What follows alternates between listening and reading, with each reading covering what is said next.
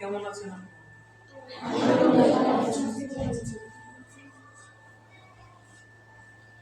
আলহামদুলিল্লাহ, আল্লাহ তাআলা ভালো আছেন।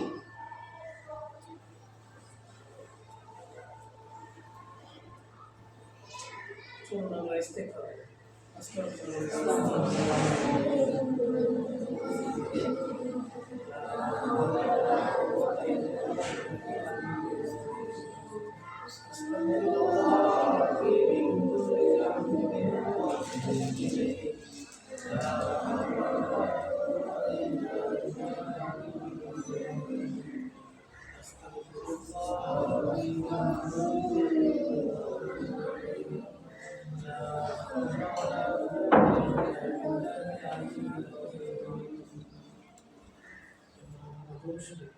اللهم صل على محمد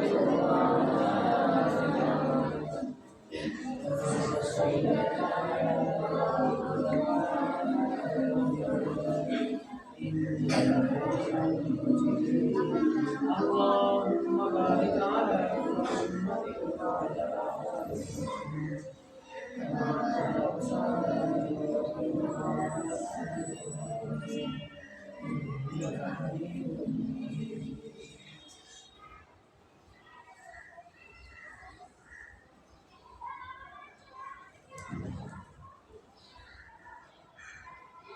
প্রতিদিন বাচ্চাদের আমরা কিছু দিনে আলোচনার দিনে মোজাকারার উদ্দেশ্যে বসে থাকি, তাই না? কি লাভ? লাভ কি? আমি তাদের উদ্দেশ্যে কথা বলবো যিনি একমাত্র আল্লাহ এবং আল্লাহ রাসূলের সন্তুষ্টির উদ্দেশ্যে তিনি আলোচনায় শরীক, তার উদ্দেশ্যে বলতেছে। যদি কেউ আল্লাহ এবং তার রাসূলের সন্তুষ্টির উদ্দেশ্যে দিনী আলোচনায় শরীক হয়, দিনী মুযাকারায় শরীক হয়, তো সে মজলিসের আদব বজায় রাখবে, তার মনোযোগটা মজলিসের মধ্যে থাকবে, বেহুদা কোনো কাজ বা অন্য কোনো কথাবার্তা চিন্তা ভাবনা দুষ্টমির মধ্যে সে যাবে। যদি কেউ এটা করতে পারে, তার ফজিলত আছে, হাদিসে পাকে আছে যে কোনো জায়গায় যদি আল্লাহর জিকির হয়, আল্লাহর দিনের আলোচনা হয়, কোরআন তেলাওয়াত হয়, অর্থাৎ আল্লাহ স্মরণ হয়, এরকম কোনো জায়গায় থাকে দুনিয়ার মধ্যে, তো দুনিয়াবাসী আসমানে তারকা যেরকম চমকাইতে দেখে, আসমানে ফেরেশতারা দুনিয়ার ওই জায়গাগুলোকে এইভাবে চমকাইতে দেখে। আল্লাহর বিশেষ রহমত সাকিনা নাযিল হয়, ওই ফেরেশতারা ওই মজলিসটাকে ঘিরে রাখে এবং এই ঘিরতে ঘিরতে একেবারে ফেরেশতাদের যে মজলিসটা, এটা বিশাল বড় এক মজমায় পরিণত হয়। ফেরেশতা উপস্থিত হয়েছে এবং আল্লাহ তাআলার কাছে সংবাদ পৌঁছায় যে আপনার অমুক জায়গায় অমুক জায়গায় এই ব্যক্তিগুলো একত্রে আপনার দিনের আলোচনা করতেছে, আপনার মহত্ব বরকতের আলোচনা করতেছে। এই সংবাদ কার কাছে পৌঁছায়?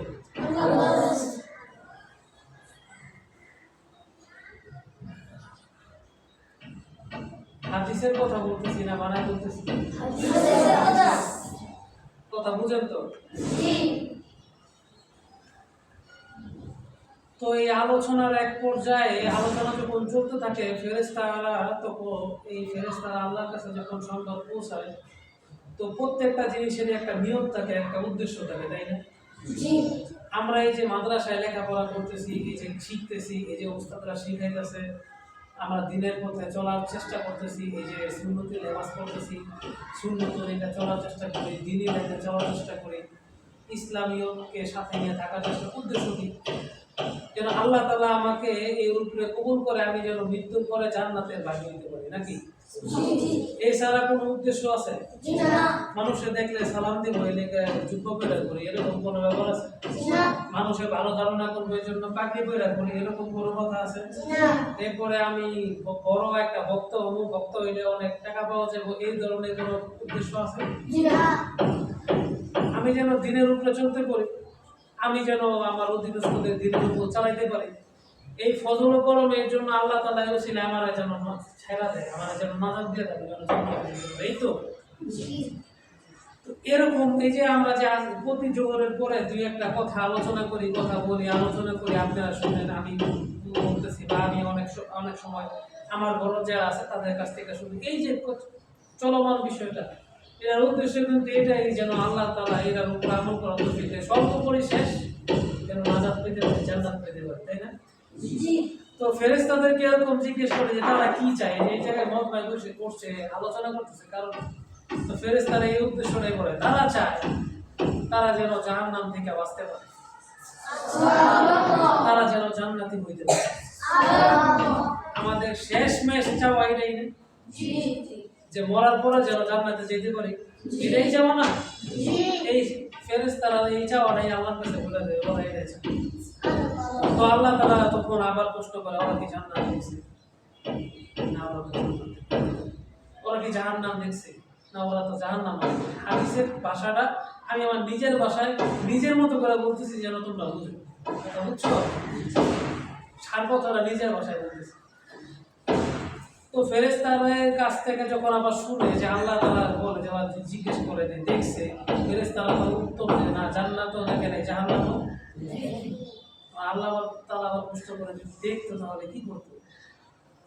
তখন ফেরেশতারা উত্তর দেয় যে যদি দেখতো, সচক্ষে যদি কেউ জাহান্নাম দেখতো, অবশ্যই যে হাদিসে, অন্য হাদিসে আছে যে কেউ যদি সত্যিকারে জাহান্নাম দেখতো, তো দুনিয়ার যত লোভ লালসা যা আছে সব কি ফানা হয়ে যেত। হ্যাঁ, মনে করো একটা গাছের তলে বইছেই তার ৬০-৭০ বছর জিন্দিগি বাঁচবে কাঁদতে কাঁদতে ভয়ে জাহান্নামের।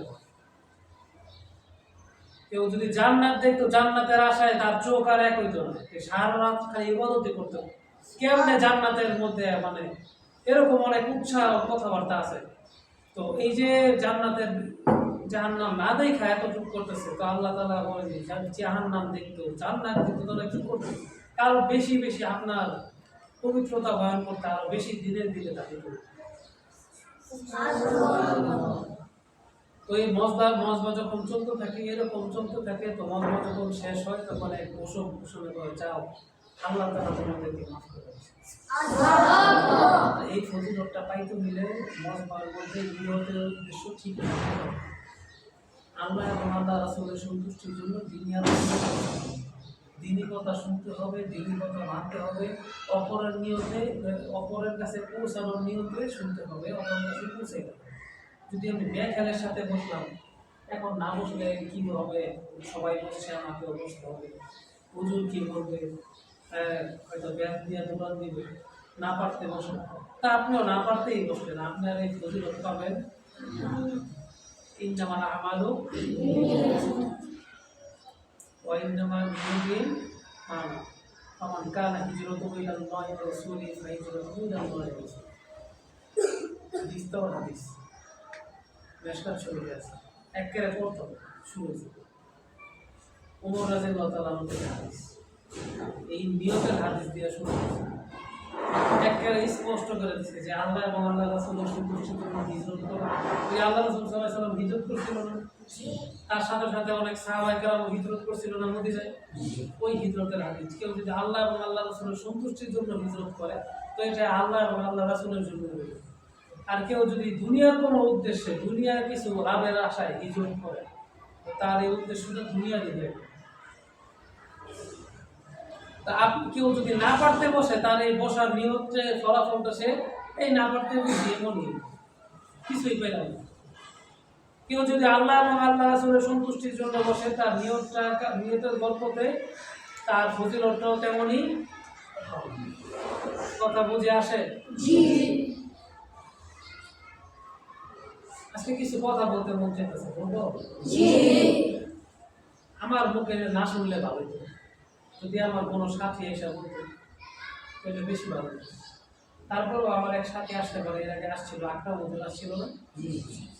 আকরাম হুজুর আসলে আমি তার মুখ থেকে বলতে বলবো কিছু, আমি আমার কাছ থেকে কিছু বলি। এরপরে সত্যতা যাচাইয়ের জন্য আমি তারে বলবো যে ভাই, জামিয়া রশিদিয়া থাকতে আমরা কি করছিলাম একটু সাথীদের বল।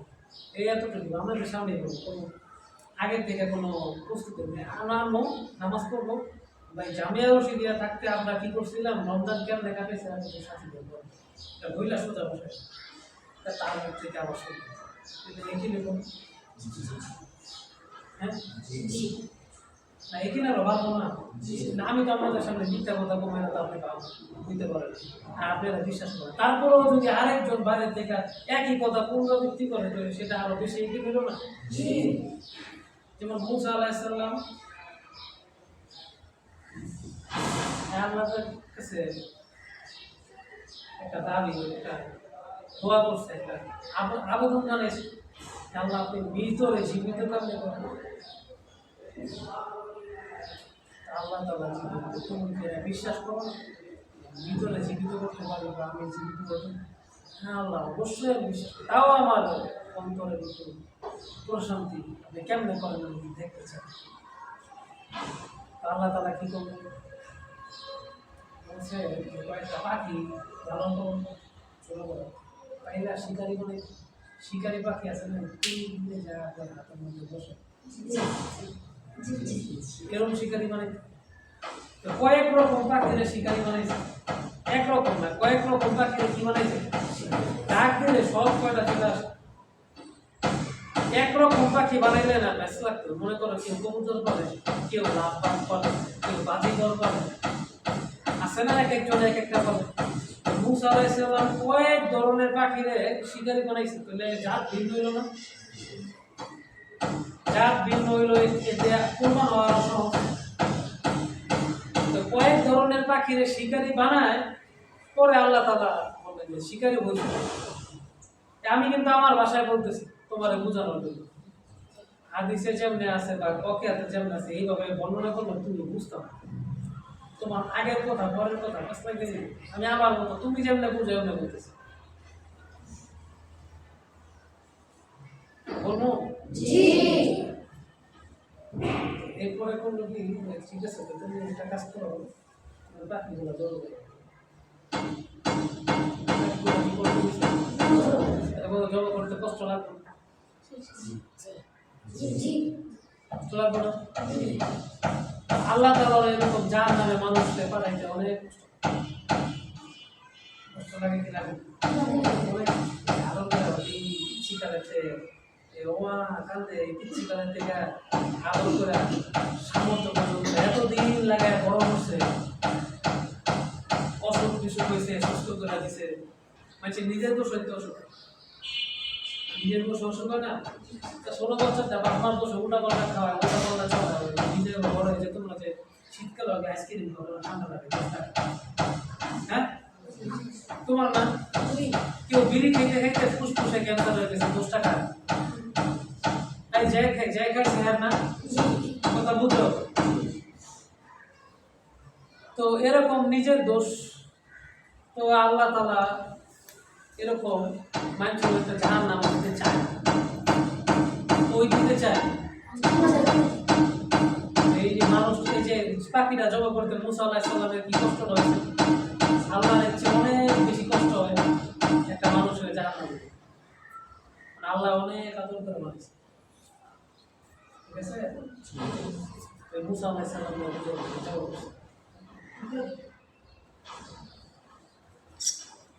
নিজের পালা জিনিস যে জব করে জানে কি বলবো জানে পালা জিনিস শখের জিনিস জব করতে কেমন যে পালে না হ্যাঁ বুঝবো যে পালে না বুঝবো না এর আরো সহজ উদাহরণ দিলে তোমার চোখটা খুললে আমার দেওয়া হবে না অনেক আদরের জিনিস চোখটা খুলে দেওয়া হবে এতে 1 লাখ টাকা দেওয়া বড় সহজ চোখটা খুললে কেমন দিতাম চোখ ছাড়া তোমার চোখ এরা আবার টুকরা টুকরা করছে কি করছে এবার সব ধরনের পাখির বস্তু একসাথে কোন বস্তু কোন পাখি কোনকার ঠ্যাং কোনকার মাথা কোনকার পাখনা সব আলাদা হয়ে গেছে বলতেছে এই মিলাই না কয়েকটা পাহাড়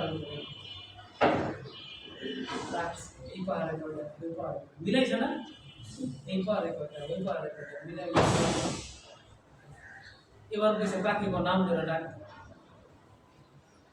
ডাক দিছে একটা একটা করে পাখি জোড়া লাইগা লাইগা জীবিত হয়ে গেছে মিলে আমরা মৃত হয়ে গেছে জীবিত হয়ে যায় কারণ টানলাম কি তাহলে তুমি বিশ্বাস করো বাকি তোমার হয়তো ধীরে একটা সুকুন একটা শান্তি হলো যদি আরেকজন বলতো যে এমন এমন করে রমজান কাটাইতে বলতো মুসা আলাইহিসসালামের সুকুন হলো শান্তি একটা প্রশান্তি হলো যে দিককার সরাসরি কেমনে আল্লাহ ভিতরে জীবিত আমরা জামিয়া রশিদিয়া আমাদের রমজান গুলো অতিবাহিত হবে এমন হজরতে প্রতিদিন জোহরের পরে বয়ান করে এই বয়ান হজরতের বয়ানের দিয়ে শুরু হজরতের বয়ানের আগ পর্যন্ত আমরা আমাদের কিতাব বিভাগে যে পড়াগুলো আমরা পড়তাম তারপরে আমরা এই হজরতের বয়ানের পরে আমরা কোরআন তেলাওয়াত করতাম আমাদের তারাবি ছিল কোরআন তেলাওয়াতটা আমরা নিজ ইচ্ছাই করতাম আর এরকম কোনো সাথী পেতাম না যে অলস হয়ে শুয়ে আছে সবাই কোরআন তেলাওয়াত এরপরে আমরা তারাবি পড়াইতাম কিভাবে ওই রশিদিয়ার মধ্যে প্রায় 30 জন 20 জন করে করে গ্রুপ করে সব হাফেজ সবগুলো 30টা হাফেজের সামনে তারাবি পড়ানো আর মনে করেন একটা বিশাল বড় মসজিদের মধ্যে তারাবি পড়ানো একই এই মসজিদটা পুরা খুঁজলে হয়তো 5-6 তলা বললে 30টা হাফেজ পাওয়া যাবে কিনা সন্দেহ আছে এক লগে 30টা হাফেজের সামনে তারাবি পড়ানো কঠিন না হ্যাঁ এরকম করে 25টা 30টা 50টা এরকম করে ভাগ করে দিলে এই তারাবি ভাগ করতে মনে করছো না ওই যে ঘুরে ঘুরে আইতে কিন্তু তারাবি অনেক সিস্টেম 10 দিন এক সপ্তাহে কত 10 দিনে কত 15 দিনে কত 20 দিনে কত বিভিন্ন সিস্টেমের বুঝো না বিভিন্ন সিস্টেম তো এই বিভিন্ন সিস্টেমে কত হতো তো এইভাবেই ভাগ করে দিলে এইভাবে আমরা আমাদের পড়া লাগতো ইয়াদ করা লাগতো একেবারে টাটকা মুখের থেকে কিছু ফসকা গেলেই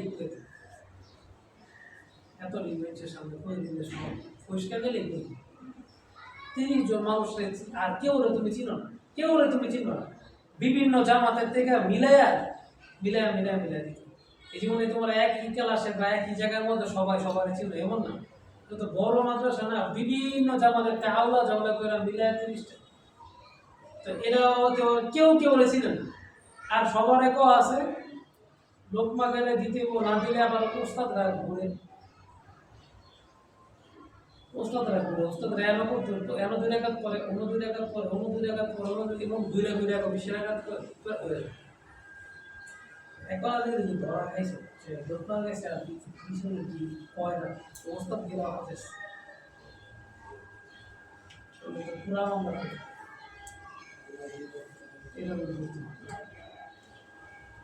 জীবন একটা পেশার তারা কেমন ব্যাপার কতটা পেশা তারাই করা যাবে এই পেশা মানে জায়গা একটু সংকুল হইতো না আমার এখন তো অনেক জায়গা করছে কিছু জামাত ছাদেও দাঁড়ায় জায়গা নাকি ছাদে দাঁড়ায় এই হুজুররা ঘুরতে ঘুরতে ছাদেও দেয় আর আইতো তো পিছনে খাড়া পড়ে যেতে কোন সময় যে আইছে আর কোন সময় পড়ে গেছে তুমি বুঝতে পারতাম পরে গিয়ে ভোট করে লাগবে যে অমুক জামাতে ওই অত নম্বর ফরিতে অত নম্বর জামাতে লোকমা গেছে লোকমা দেখে তারিখ দিয়ে রেখো ওই দিন কারা কারা নামাজ পড়াইছিল পরে দিনে বসে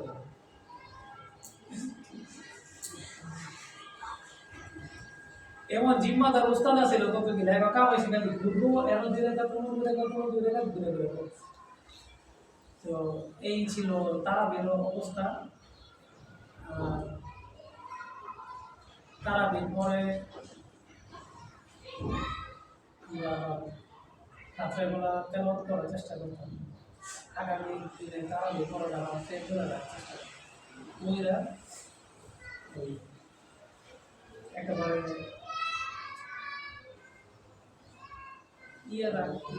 অল্প রাত্রে ঘুমানোর সময়টা ছিল আমি বললে আসলে কেউ বিশ্বাস করবে না করবে রাত্রে ছাত্ররা দেখতেন অল্পই খুবই কম কমেছে আর সেহেরি যে পেট ধরে ঠাসায় সেহেরি সেহেরি মতো হচ্ছে এই না লাগে কমে বেশি না।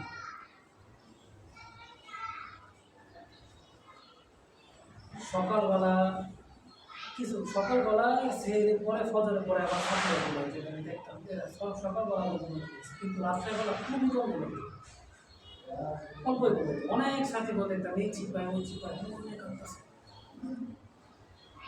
কিন্তু চিপা চাপার মধ্যে ঘুমতে দেখবো না কে কারণে কে কিন্তু অন্ধকার এই চিপায় একবার দেখলাম আমি নিজে অনেক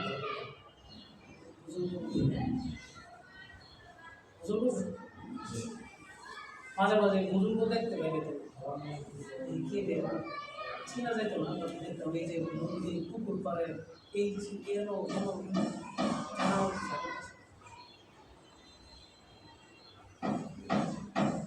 দড়িও না একাই।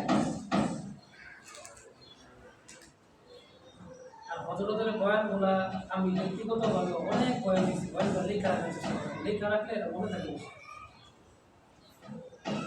সব কথা তো আর লেখা সম্ভব না, কিছু কথা আছে না যে এটা যেটা মনের মধ্যে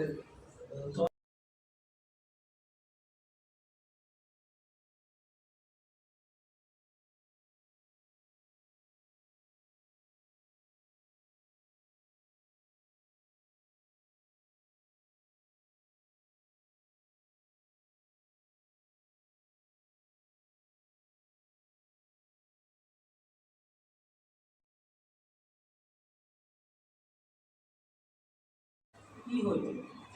মাদ্রাসার মধ্যে সাপ্তাহিক এবং মাসিক মাদ্রাসার কিছু কাজ হইতো, ওই কাজগুলা কিভাবে করতাম, ওই কাজগুলা কেমন হইতো, এগুলা তোমাদের আঁকা ভুল আসলে তার কাছ থেকে শুনলাম। তারা এই বন্ধুদের ছাত্রদের সাথে বলে যে রশিদিয়া থাকতে এই মাদ্রাসার এই কাজগুলা কিভাবে করতে, কি ইতিহাসে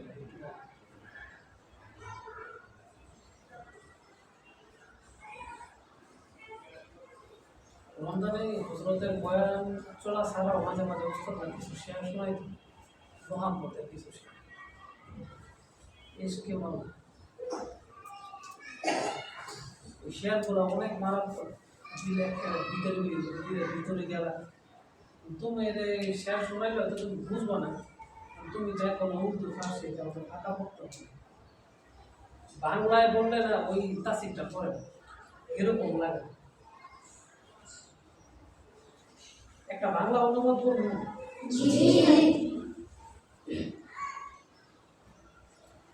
যেমন একটা শেয়ার করতে হজরতের মাঝে মাঝে तसब्बुर आरुश है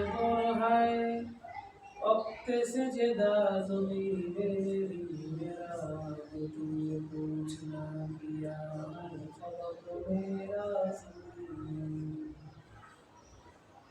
বলতেছে যে আল্লাহ আমি সেজদা দিছি, মানে সেজদা দিছে তো মসজিদে বা জমিনে, আমি তো আসলে জমিনে সেজদা দিই না, আমি আর সে আজিমে তোমার কুদরতি পায়ের উপরে সেজদা দিছি।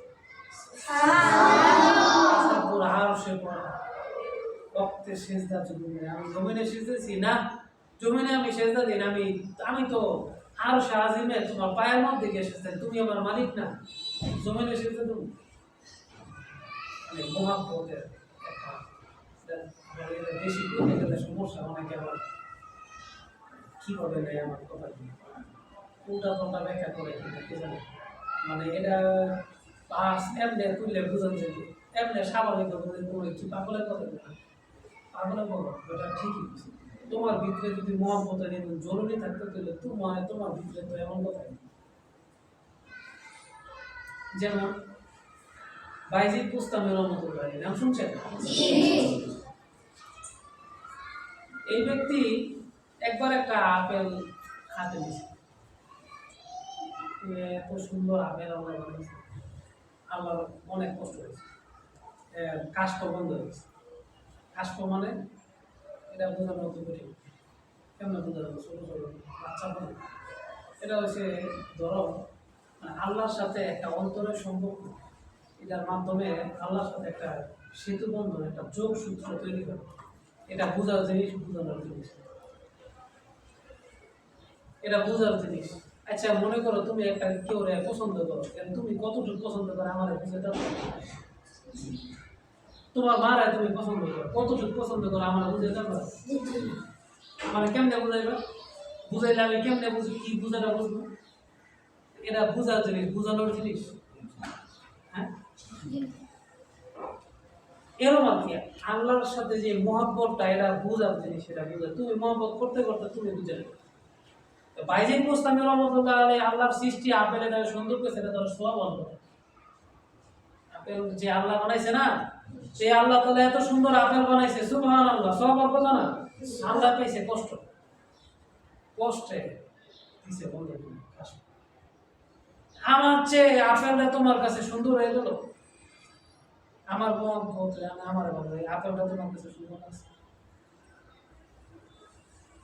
এটা আবার আপেলটা তোমার তো সুন্দর লাগবে, তোমার তো আল্লাহ লাগে যে আমি যে আল্লাহ তো তোমার কাছে সবচেয়ে প্রিয়, মহাব্বত, পছন্দের, সবচেয়ে তো সুন্দর আপেলটা সুন্দর পেলে আমি তুমি সুন্দর পেলে সব হবো। হ্যাঁ, সুন্দর কথা।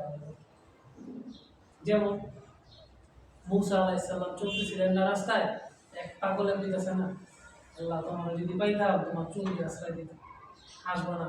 তোমার যদি পাইতাম তোমার আমার ছাগলের দুধ দিয়ে ভাত খাওয়া দিতাম, তোমার যদি পাইতাম তোমার গোসল করে দিতাম। এটা এটা আমল তামল দিতেছে মূসা আলাইহিস সালামকে। এই বেটা, এগুলি আল্লাহর সামনে বলে কি বলতেছো? শিরকি কথাবার্তা। তো বেটায় দৌড়ে গেছে, কাঁদতে কাঁদতে দৌড়ে জঙ্গলে গেছে। আল্লাহ নাজিল করছে, মুসা তোমারে আমি পাঠাইছি দুনিয়াতে মানুষরা আমার সাথে সম্পর্ক করাবে। তোমার তো এই জন্য পাঠাই নাই যে আমার সাথে সম্পর্ক বিচ্ছেদ করে দাও। সম্পর্ক বিচ্ছেদ করা ওই তো শিরকি কথা বলতেছে। কুয়ে যেই মহাব্বতে কইতেছিল এই কথাগুলি আমার কাছে ভালো লাগতেছে, ভালোবাসছে আমার দিতে, এই কথাগুলি আমার কাছে ভালো লাগতেছে। দৌড়ে গেছে, এটা খুঁজতে গেছে কি হ্যাঁ জঙ্গল নিয়ে কামতেছে। তো ভাই তুমি যেগুলি কইছো আবার আবার এইবার একান্তে একান্তে হয়ে যাবে। আল্লাহ নবী মুসা আমার তো এখন যে অবস্থা, আমি অলরেডি কেমনে করবো? আমি সাত আসমান পার হয়ে এই আরশে কুরসিটার ৭০,০০০ নূরের পর্দা পার হয়ে এরপরে যখন আমি আরশে আজিমে পৌঁছাবো আল্লাহর মারফতে, ঠিক এই সময় তুমি এখন আনিস। এখন তোমার আগে এই অবস্থা হবে, এখন তো আমি চাইবো এই কথা দিতে পারছি, মানে এই কথাগুলি আল্লাহ কয়েছে। কে কয়েছে? ইচ্ছা করে ওর মুখ দিয়ে কয় কয় আল্লাহ শুনতেছে, আল্লাহর কাছে কি ভালো লাগতেছে। এবারে এখন কইতে কইতে দিলে অনেক হয় নাকি ওই ইচ্ছা করে কয় এরকম আল্লাহ মহাপ্রভুদের কিছু কথাবার্তা বলবো যেগুলো কাজে আসে। মহাপ্রভু আসলে আল্লাহর সাথে এটা জিনিস একদিন হয় না, হঠাৎ করে হয় না, লাগাতার মহব্বত রাখতে হয়।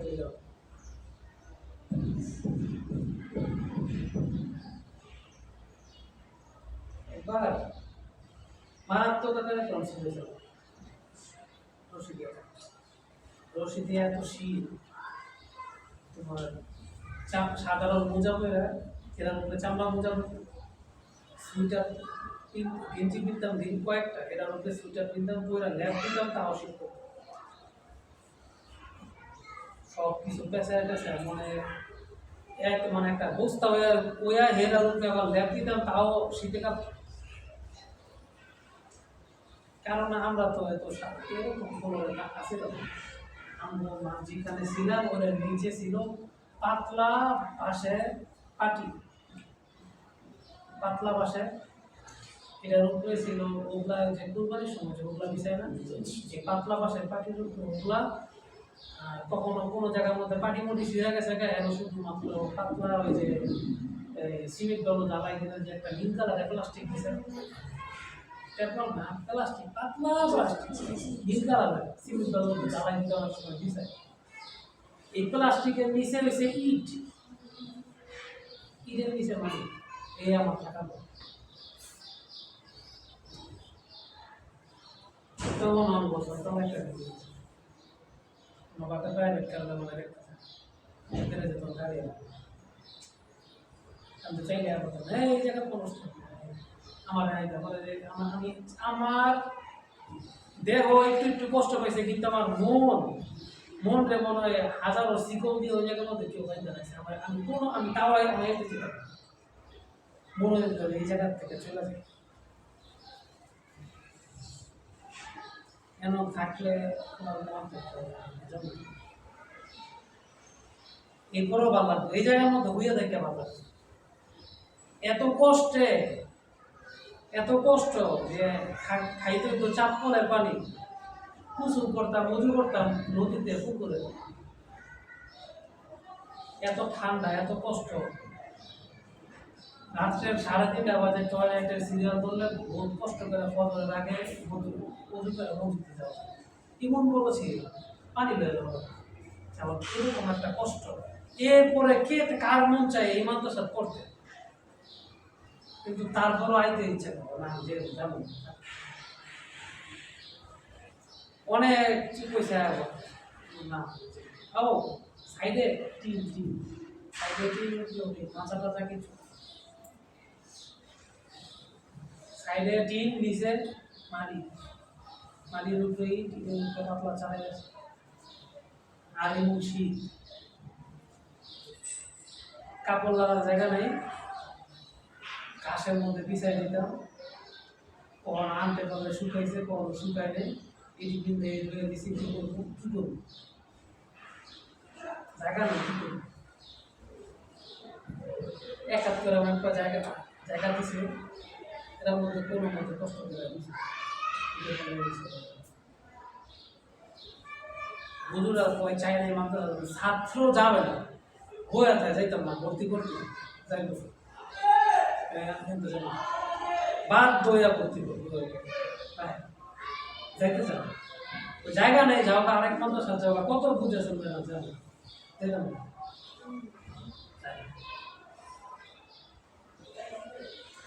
আমি যখন গেছি আমার 1 সপ্তাহ লাগে ধরতে আছে অনেক কষ্ট খাওয়ার কষ্ট থাকার কষ্ট ঘুমের কষ্ট এই কষ্ট বহুত কষ্ট তুমি থাকতে পারো তুমি ঢাকাতে আইসো ঢাকা যাবো এই জায়গা তোমার সম্ভব তুমি না থাকবো বলতে যাবো না বলতে বলতে যেত 1 সপ্তাহ খাও একদিন খাও মেমন আবার রয়ে গেছি বলতে না বলতে পারবে আরো একদিন খাও আরো একদিন থাকছে এরকম করে 1 সপ্তাহ মেহমান খানা থাকছে তাও বলতে পারবে না মেহমান খানা থাকলে হতো না যে দিয়া দেওয়া তুমি যে রুমের কথা গেছি এই রুমে তোমার বলবে আমার গিয়ে থাকো কেন গিয়ে থাকি যে রুমের কথা এমন গিয়ে থাকি কোন কষ্ট করে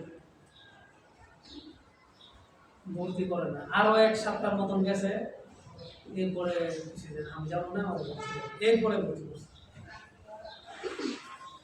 আমার অবস্থা যা এই সকল কিলার অবস্থা যা এতে বললাম না কেমন এই জায়গায় আমার পরিচয়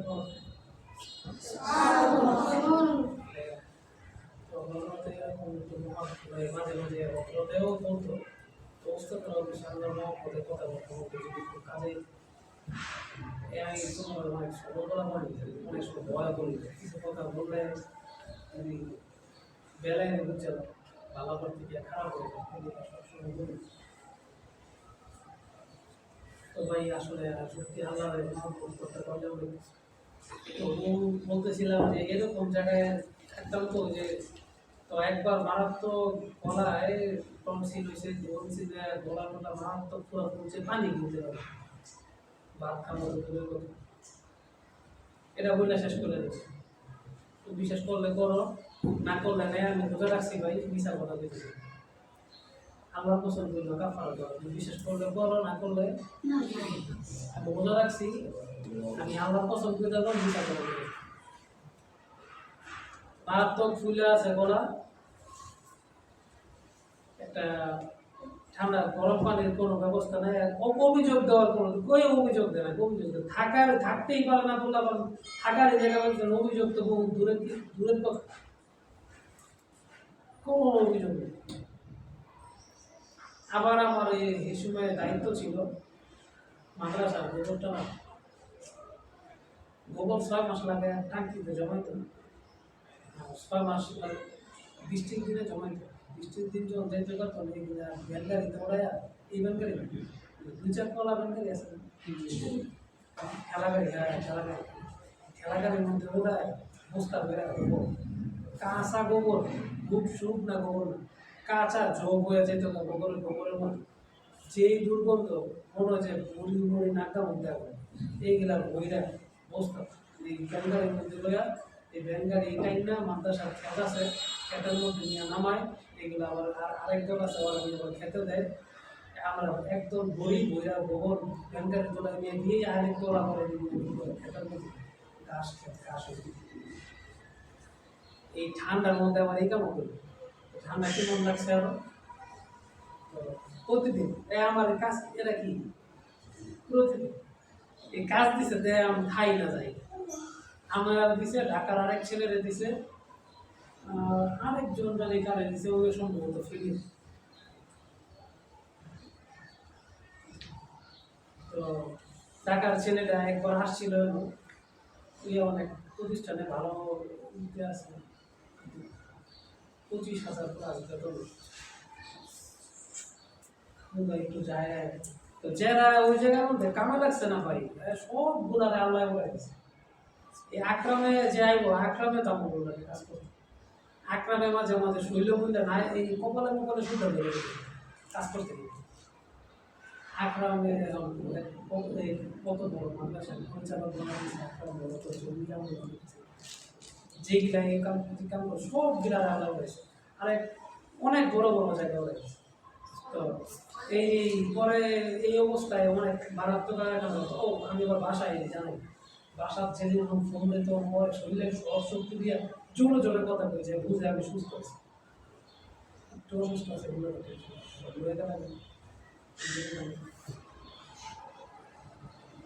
শরীরের শক্তি দিয়ে জোরে জোরে কথা বলছে, বুঝে আমি সুস্থ আছি।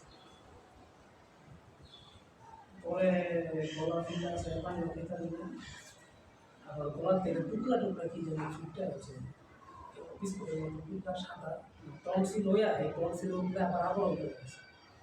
এমন অবস্থা আমি ঢাকায় জীবনও করি নিয়ে বসে, এখন নিরুপায় হয়ে আল্লাহ আল্লাহতে কইছি, ওই যে কইলাম পছন্দ করতাম কাফা রোজানো হয়ে পেতেছি, আমি আল্লাহতে পর 1 ঘন্টা বাড়ালে আমি সুস্থ স্বাভাবিক মানুষের মতো সুস্থ হয়েছি।